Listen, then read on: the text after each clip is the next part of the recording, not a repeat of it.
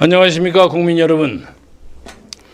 엊그제 4월 19일은 아침에부터 아주 바빴습니다. 제가 우선 8시에 한강 포럼이라는 데 가서 1시간 동안 강연을 하고 4.19 64주년 기념 강연하고, 당시에 4.19의 대학 1학년으로서 경무대 앞에서 데모를 했던 뭐라고 할까요? 혁명적 열정을 가진 소년의 64년 만에 어떤 경험담을 듣고 싶다고 해서 상당히 저명한 포럼에 가서 연설하고요. 그리고 9시에 출발해서 수유리 묘지까지 가는데 차가 아주 막혀가지고 간신히 갔더니 뭐 벌써 몇천 명의 사람들이 꽉 차 있어요. 저는 4.19 회장을 지냈고 지금 상임 고문이었기 때문에 자리가 지정되어 있습니다만 그 자리까지 갈 수가 없어요. 꽉 차가지고. 어물어물 하다가 그냥 중간에 적당히 앉았습니다. 그런데 지정사석을 못 찾고 지나가다가 누가 꾸벅 아는 체를 하더라고요. 이재명 대표였어요. 그거 보여주세요. 이재명하고 우연히 악수를 했습니다. 제가 오랜만에 뵙겠습니다가 큰절을 하길래 제가 손을 두드리면서 수고하십니다 이러고 지나갔는데, 그리고 끝나고 나와 보니까 내가 그저 이재명 씨를 만난 적이 없는데 이 대표가 나를 어떻게 보았나? 혹시 내가 자기에게 좀 악담을 좀 하기 때문에 기억에 생생한가 해서 좀 갸륵하게 생각했죠. 그리고 끝나고 난 다음에 조국 의원이 당선자, 그건 이제 얼쩡얼쩡하게 보이는데 제가 그냥 모른 체하고 4.19 묘역으로 들어가서 매년 가는 그 고순자 동지 묘역에 가서 큰절 2번 하고 64년의 그날을 회상했습니다. 여러분도 가서 보시면 중간에서 왼쪽으로 살펴보면 김시호 선배 묘 있고 그 옆에 고순자 묘가 있는데, 당시에 서울 미대생이었어요. 제가 얼굴도 자세히 모릅니다만 그 사진한 거 아주 이쁘게 생겼어요. 그 고순자 씨가 지금 살아있으면 저하고 같이 이제 80고개를 꼴깍 넘었을 텐데, 지금 이 세상을 보면서 어떻게 분노하고 불평을 했을까 하는 생각을 해보다가 돌아왔습니다. 그리고 이제 오후에 왔더니 오후 3시에 민주화 운동 뿐만 아니라 보수 자유 운동을 한 5개 단체의 대표가 저를 꼭 면담하겠다고 해서 여의도로 찾아와서 그분들하고 한 2시간 얘기를 했습니다. 얘기하고 적당히 간단한 밥 먹고 그리고 헤어졌는데, 지금 이 부정선거 문제에 대해서 강경하게 투쟁을 해야 되겠는데, 지금 여러 가지로 이렇게 갈려져 가지고 집중성이 좀 부족하다는 거예요. 그래서 절대로 좀 그걸 좀 지도해 줬으면 어떻겠느냐 하는 그런 간곡한 청을 제가 정중하게 사양했습니다. 제가 4.19 당시에 20살로, 만 20살이 안 됐죠. 참석해가지고 대학과 군대 생활 4년 하고 난 다음에 미국에 가서 물경 16년을 망명했습니다. 15년 몇 개월 망명하고 또 돌아와서 88년 말에 돌아와서 그 후 지내서 보니까 올해까지 딱 36년이에요. 일제 36년하고 갔습니다. 일제 치하가 이 정도 길이였구나 하는 느낌을 가지는데, 거의 그러니까 16년, 46년, 한 52년 가까이 정치적 방랑자, 보헤미안으로 그렇게 살았는데, 이제 이재명 또 그리고 윤석열의 쟁패에 제가 너무 앞장서는 것은 바람직스럽지도 않고, 또 낯살이나 먹은 사람이 또 그거 하는 것이 좀 그렇게 보이고 해서 난 뒤에서 자문하겠다. 그리고 빠졌습니다. 앞으로 그 세력이 상당히 단단한 세력입니다. 얼마 전에 용산 삼각지에서 그 1,300명 그 삭발 투쟁을 벌였던 대표를 비롯해서 꽤 많은 사람들이 있고 육군 3스타도 있더라고요. 육사 졸업생. 그래서 그 민경욱과 황교안 쪽하고 같이 조인하는 게 어떠냐 하니까 그게 약간의 전략적 어떤 차이가 있는 모양이에요.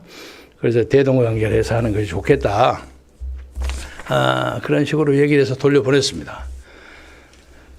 이제 오늘의 그 화제가 윤석열과 이재명 대표 두 사람의 이제 영수회담이 이제 실질적인 화제로 다가섰습니다. 아마 내일 아니면 모레 사이 할 겁니다. 그런데 과연 여기서 무슨 회담을 할까? 속된 말로 무슨 거래를 할까? 뭘 주고받을까? 이런 문제에 대해서 모든 국민의 그냥 이목이 집중되어 있습니다. 그래서 이런 문제와 관련해서 제 간단한 생각을 여러분하고 같이 토론해 보고자 합니다.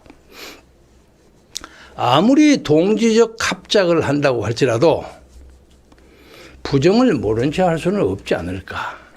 그리고 현실적으로 봐서 많은 자유주의 국민들이 윤석열 대통령의 현재의 태도가 그쪽과 상당히 이념적으로 정서적으로 가까운 사람 아니냐 하는 의심을 가지고 있습니다. 유감스럽게도. 그래서 너무도 뻔한 이 부정선거 조직 이 문제에 대해서 오늘 아침에 그 이상로 박사가 자기 그 유튜브에서 그러더라고요. 우리는 윤석열의 말을 너무 믿었다.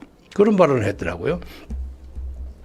윤석열 대통령이 후보 시절에 부정선거에 대해서 강력하게 발언했습니다. 강력하게 반드시 부정선거를 뿌리 뽑겠다고 큰 소리로 목청 돋아와서 얘기했는데 요새는 흐지부지해요. 그 말을 믿었던 사람이 잘못이다. 그런 뜻이에요. 그리고 또 그걸 하기 위해서 자기 측근인 어떤 변호사 출신 후배를 중앙선거관리위원회 사무총장으로 보내지 않았습니까? 근데 그 사람이 가서 감시 감독을 했는지 아니면 합작을 했는지 도대체 모르겠어요, 이게. 그래서 일반 국민들의 불신의 의혹이 상당히 큽니다.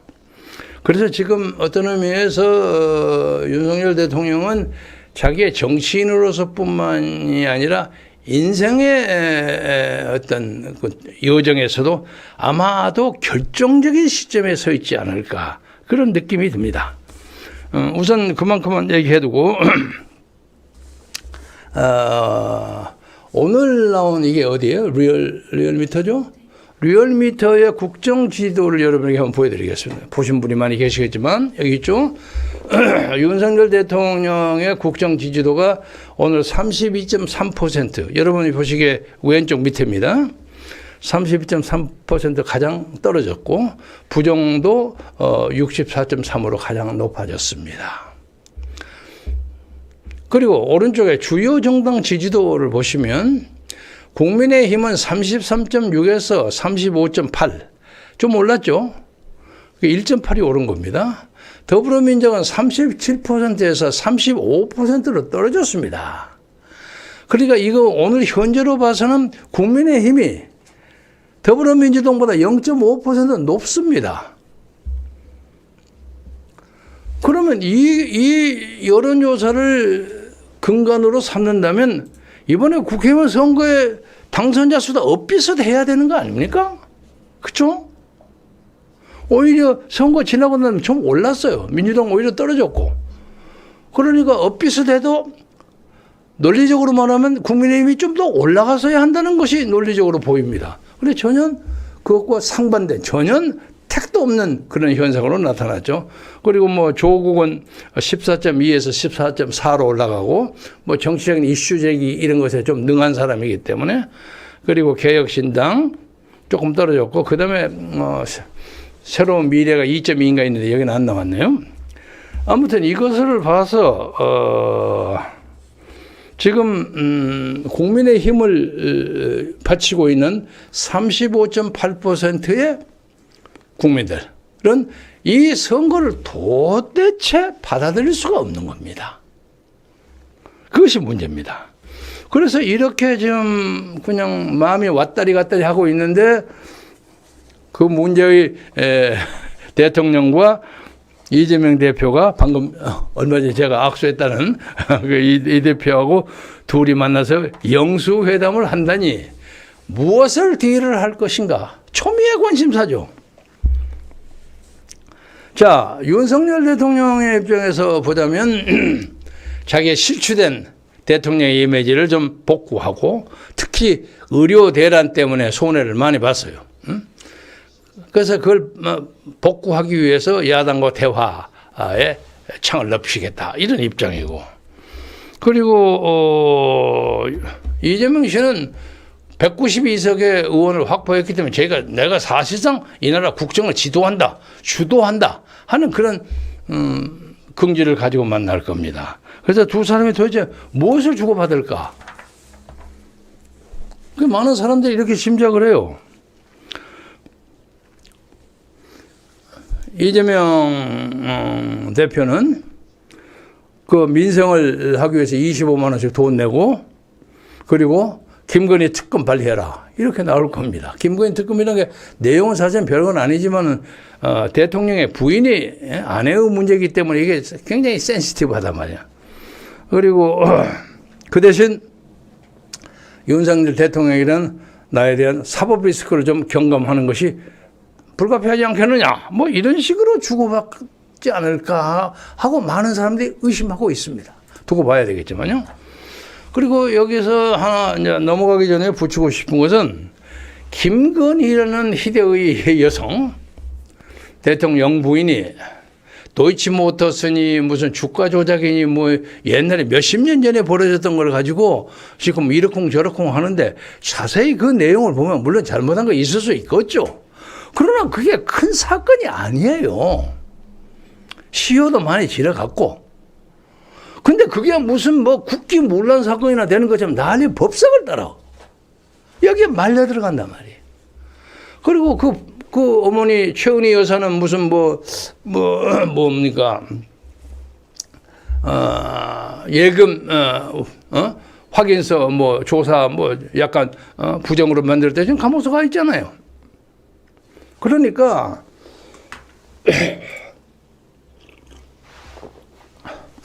대통령 부인의 가족이라고 할지라도 법 앞에서는 평등하다는 걸 보여주고 있는 거 아닙니까? 그렇죠? 1년 6개월인가 받아서 아마 앞으로 한 몇 달 더 살아야 될 겁니다. 그런데 이걸 가지고 그렇게 대통령이 쩔쩔매는 형국을 보이느냐? 국민들이 그렇게 생각해요. 그 당당히 나오고 특검 받아라. 그거 뭐가 문제냐? 이런 생각을 많이 가지고 있습니다. 그래서 이 문제에 대해서 두 참 희대의 대한민국을 대표한 두 사나이가 어떤 것을 주고받을지 이제 관심사입니다. 그래서 이 문제에 대해서 그 유명한 시사평론가 유창선이라는 사람이 있죠. 저도 옛날엔 잘 아는데 요새 교류 안 한 지 한 10여 년 됐습니다. 긴 글인데 오늘은 그 요약만 설명하겠습니다. 이지경의 국가의 정국이 이룬 것은 윤석열의 자업자득이다 하는 제목입니다. 우선 야권 악재를 모두 덮은 정권 심판론이 득세를 했다. 그게 맞습니다. 두 번째, 윤석열 주변에는 전부 예스맨만 채우고 충원을 멀리한 불통 대통령이다. 그리고 무능하고 비전이 전혀 없는 정부 여당이다. 문정부보다도 더 심해진 이념 정치를 한다. 변화와 반성이 없다면 앞으로도 보수는 필요할 것이다. 이건 뭐 유창선 씨의 주장입니다. 이것에 대한 논평은 나중에 하겠습니다. 그래서 지금 대통령은 뭐 오늘 아침에 뭐 정진석 5선 국회의원을 비서실장으로 임명했다고 발표했어요. 듬직한 사람이에요. 같은 충청도 사람이야. 중남 공주 출신이고, 저희 아버지가 또 유명한, 옛날 이승만 정권 때, 박정희 정권 때, 내무부 장관도 하고 했던, 그런 분입니다. 아버지가 무던한 인격자입니다. 그래서, 착실하게 가정교육이나 정치교육은 잘 받은 사람인데, 최근에 보니까 상당히 일본에 대해서는 굉장히 친절한 입장을 취하더라고요. 그래서 가끔 친일적인 성향이 있다고 좀 비판을 받는 점은 있지만 그게 뭐 큰 대세 지장이 있을 만은 하지는 않고 적어도 국사를 보좌하는데 그전 대통령 비서실장보다는 정무적 감각이 훨씬 탁월할 테니까 좀 나은 사람이라고 생각이 됩니다. 앞으로 두고 봐야 하겠습니다. 그런데 지금 윤석열 대통령은 이재명파와 화해를 하는 것보다도 자기의 정통적인 지지자 보수파에게 화해와 용서를 바라는 추구하는 것이 더 필요하다. 그렇게 생각합니다. 우선 이번 부정선거에 대해서는 뭐 문제는 사전선거인데 주로 뭐 하도 많이 나왔기 때문에 여러분 다 아시리라고 생각해요. 그중에 아주 챔피언은 공병호 박사예요. 제가 공병호 박사의 유튜브는 꾸준히 매일 올립니다. 제하고 나름대로 업무 연락이 있습니다. 그런데 뭐 그걸 일부러 다 인용하지 않더라도 지금 예를 들면 오늘 아침에 나온 것만 해도 공병호 박사 조사에 충청남도 대전을 예를 들겠습니다. 대전에 이번 선거를 하기 전에 여야가 4대3이었습니다. 그러니까 윤석열 당이 4시고 이재명 당이 3시였어요. 3명. 그런데 이번에 사전선거에 그 조작이 가미된 이번 선거에는 4대3이 0대 빵대 7로 바꿔졌어요. 전원이 더불어민주당이 됐습니다. 그런데 여기서 보면 본선거에서는 다 괜찮거나 이겨요. 그런데 사전투표에서는 왕창 깨져요. 그리고 심지어 서울 시내를 중심으로 경기지방을 보면 본투표는 전부 이겼는데 사전선거를 막판에 까거든요. 그걸 가지고 뒤집어진 사람이 52명이에요.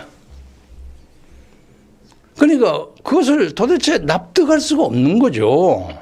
본투표라는 것은 여론의 조작, 그 표의 조작이 대단히 어렵거나 불가능합니다. 바로 해가 바로 거기서 개표하니까. 근데 사전선거라는 것은 사전선거가 잘못된 건 뭐 수백 개의 증거가 나오고 여러분 다 아시죠?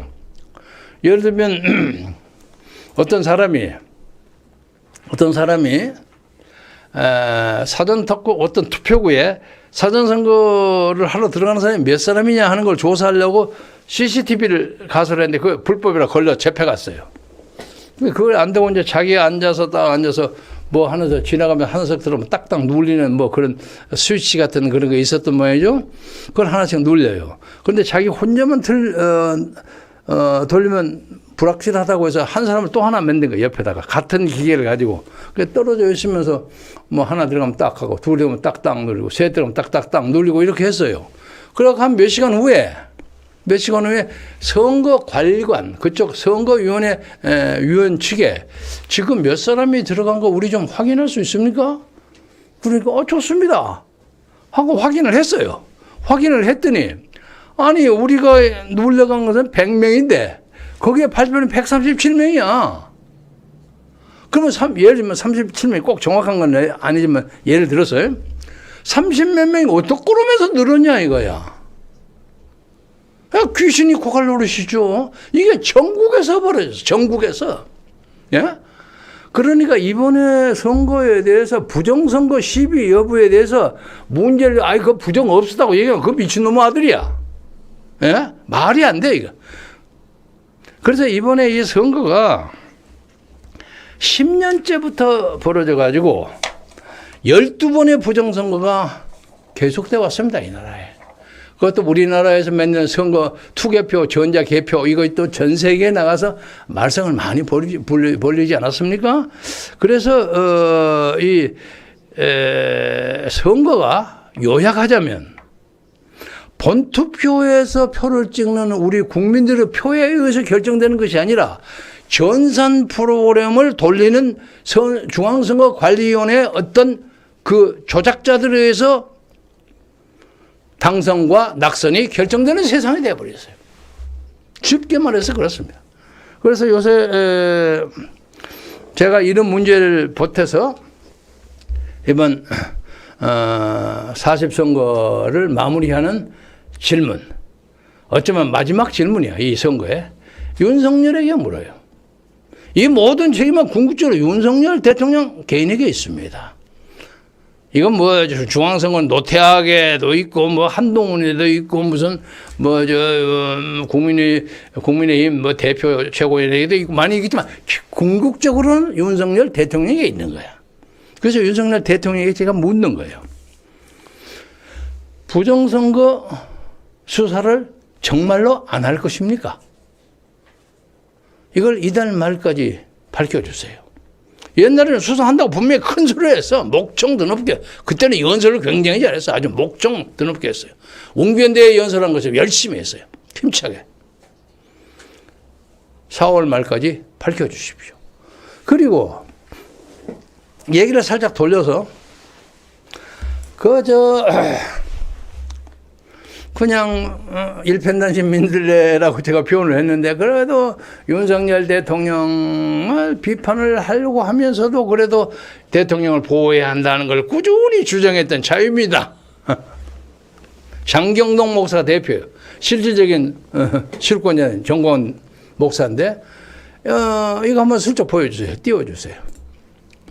자유통일당에서 0표 0표가 나온 투표소가 총 74개예요. 그러니까 이거 뭐냐면 비례대표에 전남, 광양군, 뭐 관양, 광면, 산불이 쭉 나왔죠. 그리고 강원도에 9개 나오고 전라북도에 10개, 부산 광역시 10개, 1개, 인천 광역시 4개 이렇게 쭉 나왔어요.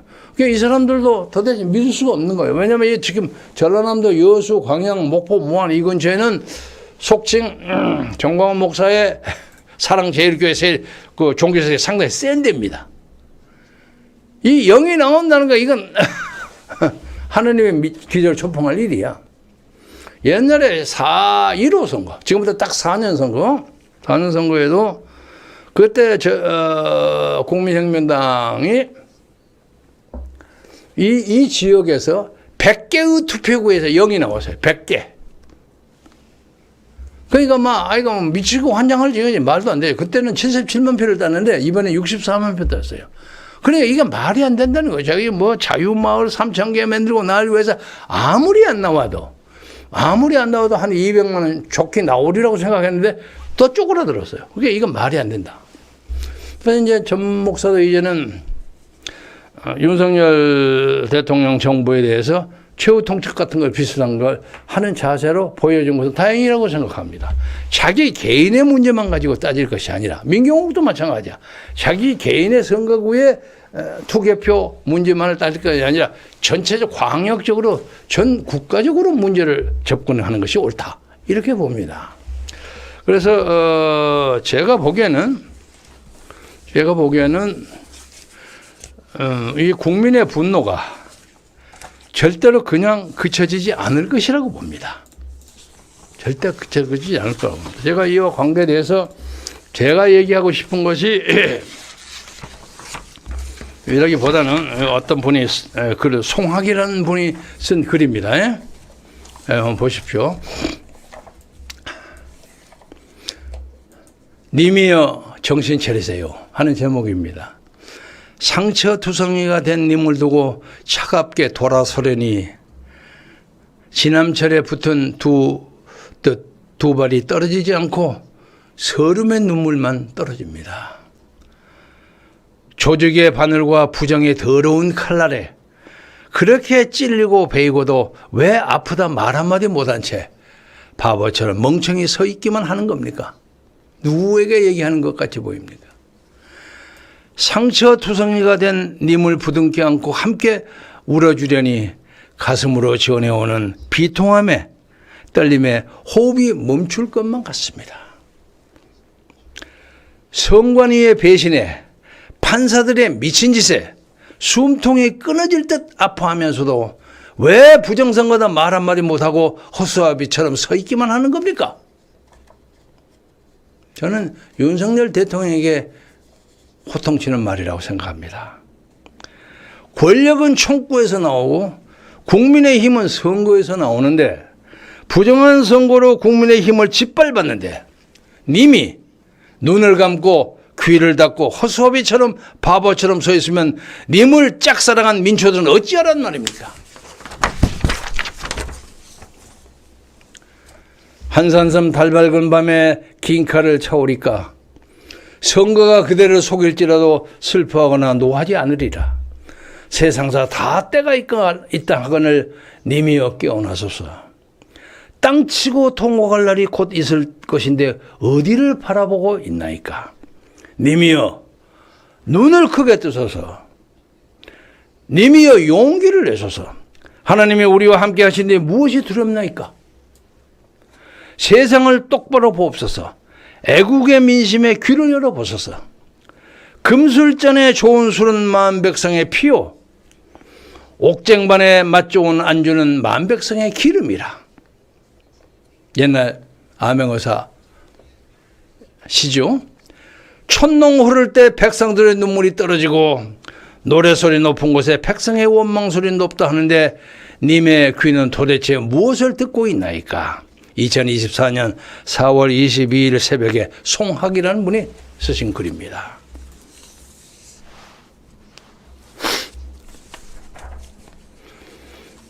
제가 첫 번째 질문이 정말 부정선거 수사 안 하실 겁니까? 하는 질문이에요. 두 번째 질문 뭐예요? 돌려주죠. 원본. 이렇게 부정부패가 가득 차 있는 그래갖고 만든 선거가 진짜 자유민주주의라고 보십니까? 맞죠? 이건 자유민주주의 국가가 아니에요. 예? 그런데 이 10년째 이어오는 이 부정선거의 서술에 딱 마지막 가장 심각한 부정선거의 모퉁이에 윤 대통령 귀하가 서 있어. 유감스러운 아주 역사적으로 비극적인 인물로 서 있어. 그런데 이 문제를 진짜로 파천황적인 용기와 결심으로 이걸 헤쳐나간다면 귀환의 이 나라 역사의 중요한 인물이 돼요. 그런데 못하는 것 같아. 안 하는 것 같아. 눈치만 봐. 아니 이래가지고 어떻게 대통령을 하십니까? 응? 이 나라는 민주주의가 아니에요. 제가 이게 오래전부터 많이 돌아다니던 글 중에 제가 전폭적으로 동의하는 것은 아니지만 마이클 브린이라는 한국의 외신기자협회 회장 한 사람이 쓴 글이 하나 있습니다. 여러분 한번 들어보십시오. 마이클 브린 전 외신기자협회장은 한국의 민주주의는 법이 아닌 야수가 된 인민이 지배한다고 했다. 지난 광우병 사건 및 세월호에서 보는 바와 같이 한국의 민심은 너무도 불우하며 너무도 거짓된 경우가 허다하게 많다. 보여주지 마세요. 내가요. 자고로 권력은 반드시 부패하며 이 부패한 권력은 결국에는 나라를 망하게 한다. 한국의 민중은 이미 권력의 맛을 보았으며 부패했다. 민중의 뜻이 법 위에 있으며 민중의 뜻이면 죄 없는 대통령도 감옥에 보낼 수 있다는 체험을 했다. 나는 부패하고 우매한 민중이 결국에는 나라를 망하게 할 것이라는 생각을 가지고 있다. 그런데 그런 민중에 대한 경고는 오래전부터 있었다. 너무도 민중을 사랑했던 톨스토이 아시죠? 문어 톨스토이조차 민중을 경계했다. 그는 이렇게 물었습니다. 누가 예수를 죽였나? 누가 죄 없는 소크라테스를 죽였나? 부패하고 무지한 민중들이 죽였습니다. 고인이 된 조익순 전 고려대학교 경영대학장에서는 내가 들여다본 조선조 500년의 요지경이라는 책이 있습니다. 저도 읽어본 적이 없습니다. 찾아 읽어보겠습니다. 거기는 이런 글이 있습니다. 조선은 출발부터가 독립국가가 아니라 중국의 제후국으로 출발하였다. 이성계가 반란을 일으켜 조선을 세운 명분도 고려가 신명을 어기고 중국의 명나라를 침범하려고 요동을 정벌하려고 했기 때문에 위화군 회군을 해서 그걸 징벌했다는 거죠. 그러니까 새로운 국가를 세운 명분이 새로운 비전 그것이 아니라 명나라에 얼마만큼 충성하느냐는 걸 가지고 새로운 국가를 세웠다는 거죠. 마찬가지로 이방원이 있죠. 태종 이방원. 이방원이 정도전을 죽인 이후에는 정도전 등이 요동 정벌을 계획했기 때문에 그것도 큰 이유가 됐다.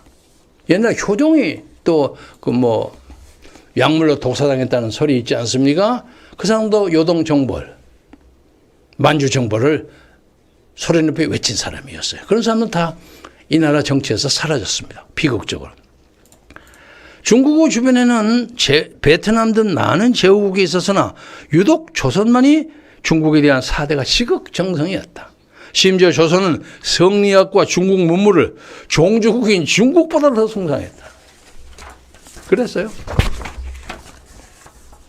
우암 송시알 보세요. 내가 진짜 중국 주작의 대가라고 주장했으니까. 조선의 양반들은 마땅히 해야 할 생산적인 일이나 국방의 의무는 일치하지 않았다. 자기들의 의식주와 오락, 위료 등 먹고 즐기는 것은 노비의 평민들로부터 착취, 공급을 받으며 살았다. 그런데 이 책의 최종 결론은 인용합니다. 과거 조선은 양반들 때문에 망했으나 지금은 민중이라는 탈을 쓴 좌익 빨갱이들이 나라를 망치고 있다. 엔코트. 고했다. 조일순 교수는 그리스, 로마 같은 한때 세계 최강의 나라들이 멸망한 이유도 바로 내부로부터의 붕괴 때문이었다고 말하면서 정신적 타락과 사회 질서의 붕괴로 자기 결정 능력을 상실한 것이 그 근본 원인이었다고 말하면서 이를 구체적으로 악평등, 이 파퓰리즘이죠. 무조건 평등해야 된다는 거예요.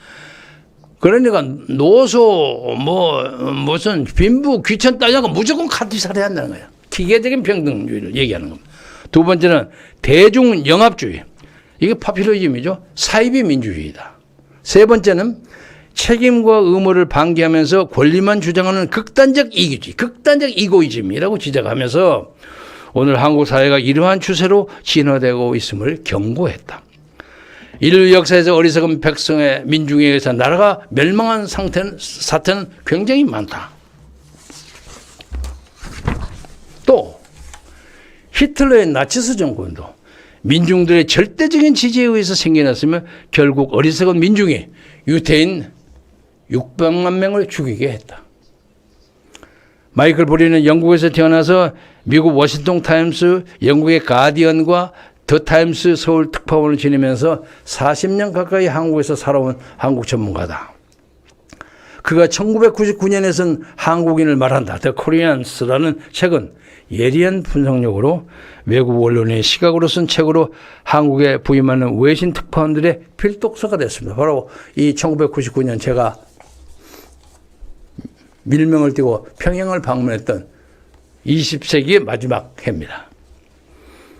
이 책은 한국에는 매우 감정적인 점, 매우 너무 폐쇄적인 점, 편협한 민족주의 등의 단점도 있지만은 그러나 한국에는 뛰어난 재능과 강한 열정과 에너지를 갖고 있는 우수한 민족이라는 등 전체적으로 한국인에 대해서 대단히 좋게 평가하는 것도 빠지지 않았다.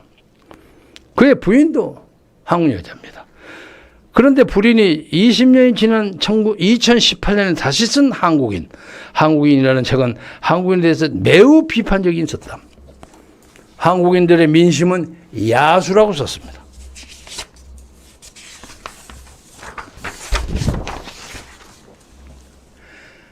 불인은 한국 민주주의에 대해서 의구심을 갖게 한 이유로 민주노총을 비롯하여 박근혜 탄핵에 수백만 명이 거리에 쏟아져 나와서 시위를 했고 시스템, 조정동, 언론 등은 그에 응답했다. 이건 누구에 의해서 이렇게 조작됐는가? 불인은 얘기하지 않았지만 아마 이것은 북한이나 중국의 정보기관과 통치당국이 개입했다고 많이 의심받고 있습니다. 한국식 사고에는 민중이 통치자다. 그건 혼돈이라고 봅니다. 예수 그리스도도 민심에 의해서 살해당했다. 민심이라는 아이디어는 굉장히 위험하다. 그는 박근혜 전 대통령의 형량을 언급하면서 만약에 그에게 박근혜 대통령에게 스위스 은행에 수십억 달러가 있거나 청와대에 시체가 숨겨져 있었다면 30년 넘게 감옥 가는 게 가능하겠지만 나는 박 전 대통령이 뭘 잘못했는지 모르겠다고 했다.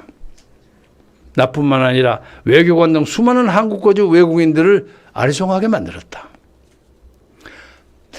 내가 볼 때, 이 불인이 볼 때 박 전 대통령에 대한 혐의 중 증명된 것은 아무것도 없다. 사람들이 나더러 박근혜 지지자라고 하는데 나는 저스티스, 정의의 지지자일 뿐이다. 내가 만약 현대 판사라면 거리에 수백만 명이 나오든 말든 상관없이 나는 내일을 하겠다. 정의의 공정한 판단을 하겠다. 이제 곧 끝납니다. 현 대통령 또한 어떤 시점에서는 조작된 여론에 의해 민심이 발현되면 탄핵당할 수 있다. 윤석열도 탄핵당할 수 있다는 얘기를 한 겁니다. 우리는 이야기한다. 한국의 민주주의는 법이 아닌 야수가 된 인민이 지배한다. 불의는 눈에 비친 한국인은 타인에 대한 배려가 부족하고 천박할 정도로 신체적 아름다움에 집착하며 토론할 줄 모른다. 전 세계 우리나라만큼 성형수술이 성공한 데가 없어요. 조선은 왜 망했는가? 자기가 알고 있는 것, 지식과 성력 등만이 진리이며 남의 것은 모두 악하고 나쁜 것이라고 단정했기 때문이다.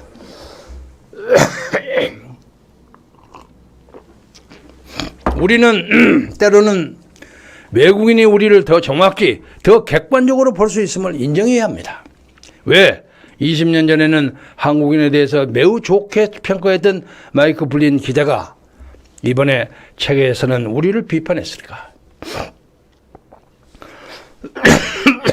블린은 한국에서 전쟁이 일어나면 가족은 제주도로 보내고 자기는 서울에 남아서 저항군으로 적과 싸우겠다고 말한다. 아픈 얘기죠. 오래전에 우리 국민 상당수가 전쟁이 나면 남한 외국으로 도망하겠다는 여론조사가 상당히 많았다. 불의는 웬만한 한국인들보다 한국인을 더 사랑하는 외국인이다. 그의 부인도 외국인, 아까 얘기했죠. 우리는 이런 외국인의 진정 어린 비판을 겸허히 생각해 보아야 한다. 오늘 우리 대부분의 한국인들은 민중과 민심과 민의와 민초라고 하면 맹목적으로 최고 진리이며 최고 정의라고 생각한다. 누구든 민중에 반대하면 무조건 불의한 자, 나쁜 놈으로 단죄해버린다. 헌법도 양심도 다 민심 아래에 있다고 생각한다. 지금 대한민국에는 상황이 불인이 지적한 대로 흘러가고 있습니다. 때로는 지도자는 올바르지 않다고 생각하는 민심에 대해서 과감하게 저항할 줄 알아야 한다고 저는 생각합니다. 민심에 너무 아첨하면 비겁한 사람이 됩니다. 그러나 절제되지 않고 무책임하며 무지하며 집단 이기주의적인 민중과 민심은 역사적으로 나라를 멸망시킨 가장 중요한 원인이었음을 우리는 명심해야 한다. 그러나 참다운 자유민주주의가 되기 위해선 먼저 국민의 의식 수준이 높아져야 한다. 낮은 국민으로서는 올바른 자유민주주의는 불가능하다. 아니 오히려 망국의 지름길이 된다. 그래서 유명한 철학자 플라톤은 이렇게 얘기했습니다. 아테네의 몰락을 예견하면서 그 원인으로 조작된 여론조사에 의한 바보들의 민심 정치를 들었습니다. 그때도 여론을 조작해가지고 민심을 왜곡시킨 사람들이 많이 있었던 모양입니다. 그 병폐는 이제 다 끝납니다. 첫째, 대중적 인기에 집중하고 요구에 무조건 부응하는 사회적 병리 현상. 둘째, 개인의 능력과 자질 그리고 기여도 등을 고려하지 않는 그릇된 평등관. 개인의 절제와 시민적 덕목을 경시하고 무절제와 방정으로 치닫는 현상. 넷째, 마지막으로 엘리트주의를 부정하고 다중의 정치로 흘러가서 조작된 여론 술수로 인한 정치의 양태로 변질될 가능성 등을 지적했다. 로마의 철학자 키케로는 이렇게 얘기했습니다. 민중만큼 불확실하고 여론만큼 음흉하며 선거인 전체의 의견만큼 거짓된 것은 없다. 특히 그 선거인 전체의 의견이 조작이 됐을 경우에는 그것은 말할 수 없는 파국과 역사 왜곡을 가져옵니다. 바보들이여, 누군가 우리에게 그렇게 얘기합니다. 조작된 되는 여론조사에 관심을 주지 말자. 여론조사는 거짓되고 조작되고 바보 민중들을 선동하는 수단이며 좌빨 정치군들이 권력과 부를 쟁취하는 데 이용되고 있을 뿐이다. 마이클 브린. 오늘 제가 얘기하고 싶어하는 내용이 이 안에 다 들어있습니다. 마무리를 하겠습니다. 윤석열 대통령은 그가 역사의 어떤 사람으로 평가될 것인가를 생각하십시오. 그리고 역사에 어떤 책임을 져야 하는가, 그 책임을 어떻게 회피하고 어떻게 수행하는 거에 따라서 그의 역사뿐만 아니라 이 나라의 역사가 좌우됩니다. 그래서 많은 사람들이요, 그렇게 결정적인 자리에 있는 것도 그의 굉장한 천운입니다. 천운. 아무리 하고 싶어도 그 자리에 못 올라간 사람이 많으니까. 이제 진짜 인간 윤석열, 정치인 윤석열, 대통령 윤석열은 자기가 이 나라를 책임진다는 자세로, 이 나라뿐만 아니라 자기 개인을 책임지고 자기 가족을 책임진다는 자세로, 그리고 이 나라 역사를 책임지는 자세로 정정당당하게 광명대도로 나가십시오. 이재명과 절대로 부정한 타협이나 거래를 하지 마십시오. 행여나 영수회담이 지나가고 난 다음에 이재명 씨가 사법 리스크에서 완전히 벗어나서 사실상의 미래의 대통령처럼 행시하는 그런 병폐가 이 나라에 벌어질까 걱정합니다. 두 사람의 영수회담이 지나가고 난 다음에 윤석열 대통령이 사실상 레임덕에 빠진 대통령으로 완전히 이재명의 뒤를 봐주는 한 체제에 그냥 월급 사상 비슷하게 그 자리를 남아가지고 적당히 3년 채우고 들어가서 지금처럼 65명의 보호자, 경계력, 사병을 거느리고 편안하게 호호탕탕 사는 저 문재인 같은, 제2의 문재인 같은 생활을 하려고 하는 것이 윤석열의 희망이지를 냉정하게 생각하십시오. 국민이 절대로 어리석지 않습니다. 그리고 윤석열 대통령은 아주 대한민국 정통 대통령입니다. 권력의 칼을 가지고 있는 사람이야. 검찰을 움직일 수 있어. 아무리 검찰과 판사 중에서 좌빨들이 많이 있다고 할지라도 그래도 대한민국의 대부분의 검사와 대부분의 판사들은 이 나라 자유민주주의를 지키는데 의병으로 나설 준비가 충분히 되어 있는 사람들이요. 그걸 절대로 과소평가하지 마세요. 그 사람들에게 웃음거리가 되지 마세요. 예? 그럼 문제는 뭐냐? 부정선거가 확실히 있는 걸 몇 개 조사를 착수하세요. 사전선거를 그토록 하지 말기를 바라고 해야 한다면 투표 관리인의 도장을 찍는 것이 꼭 필요하다고 했는데 그렇게 주장했는데 윤석열 그리고 한동훈은 마이동풍이야. 귀가 먹었어. 그래서 오늘 이 사건을 차출한 거 아닙니까? 예? 그러나 지금도 늦지 않았어요. 그런데 아까 제가 우연하게 4.19 묘지에서 악수했던 그 이재명이라는 그 제주꾼, 보통 꾼이 아니야. 보통 꾼이 아니야. 저 사람한테 잘못 말려들면 당신 꼼짝 못해. 보통 사람이 아니에요. 개인적으로 봐서는 그 사람들 이데올로기나 뭐 과거 짓거리나 이런 걸 가지면 비교가 안 되지만 개인적인 것으로는 아마 뭐 만들고 꾸미는 데는 윤석열보다 이재명이 한 수 위까? 이런 느낌이 들 정도야. 보통 사람이 아니에요.